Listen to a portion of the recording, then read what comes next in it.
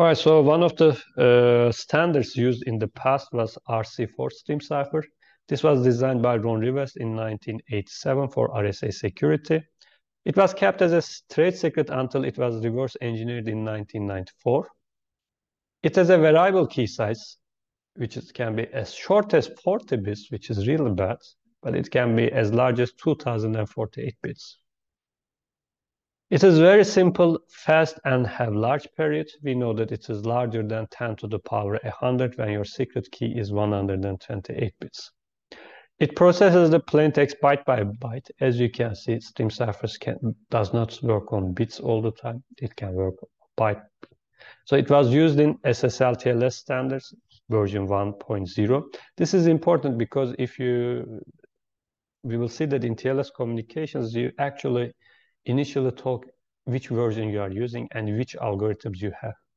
And if somebody says that they have the old version, TLS 1.0, and they want to talk to you using RC4, actually your browser should reject it. Okay? So this is kind of an attack where you degrade the protocol. So nobody should be using TLS 1.0. So nobody actually should be using RC4 anymore. It was also standard in wireless LAN. I mentioned wired equivalent privacy. So at home, in your modems, you can check if you are using WPA, WPA2, or WEP like this.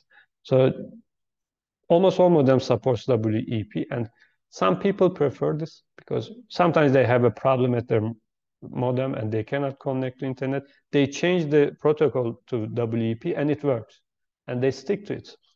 But this is a problem because it can be broken. So actually, there is a web page where people, travel around the world, detect WEP communications and crack the password and share the location of the Wi-Fi with the SSID and the password so that, you can have free Wi-Fi when you are traveling around the world, which is, of course, illegal. Don't try to break other people's passwords, okay? But it was again used in many standards like Microsoft point-to-point encryption and so on. So it is very simple. I will just show you the pseudocode and not delve much into detail. Interested people can check.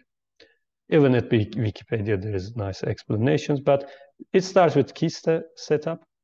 So you initialize SI to I. I goes to 0 to 255. Then you add your key bytes. All of these are bytes, by the way, to these values in this for loop. So you choose your secret key and it is added to these SI values and they're swapped. So you kind of create an internal state like this. So then during the key stream generator, you have the internal state like this. So in every byte, you actually, produce the bytes, for instance, here. But you swap all of the SI values depending on this code, okay? So in every step, the places of the bytes are modified, and then it is also produced as the key stream from here, as you can see. So for an I and J value, you add SI to SJ, obtain this value, and produce that byte as the key stream byte. So as I mentioned, WEP protocol uses RC4 to encrypt packets for transmission over Wi-Fi. To avoid producing the same key stream, WEP requires each packet to be encrypted with a different RC4 key. RC4 key used for WEP is concatenation of a 24-bit IV, which should be random, and a 40 or 104-bit long-term key.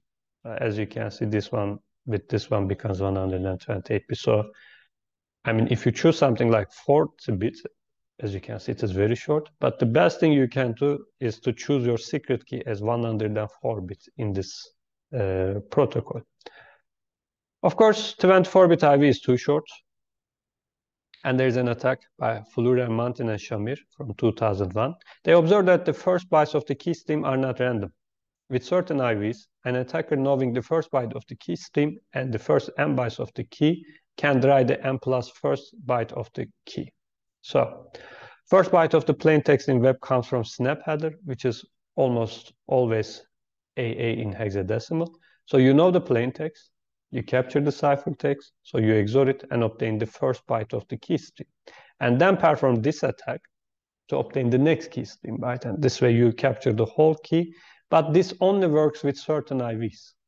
So when you perform the attack, if that IV, that weak IV is not used, you wait for the next packet and perform the attack. At some point, you capture the secret key. Once you know the secret key, you know the rest of all of the key streams that it can generate, right? So this only works for weak keys, but then Thies, Weinman, and Fishkin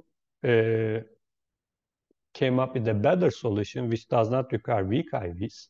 And in this paper, they show that you can actually capture 104-bit WEP passwords in less than 60 seconds.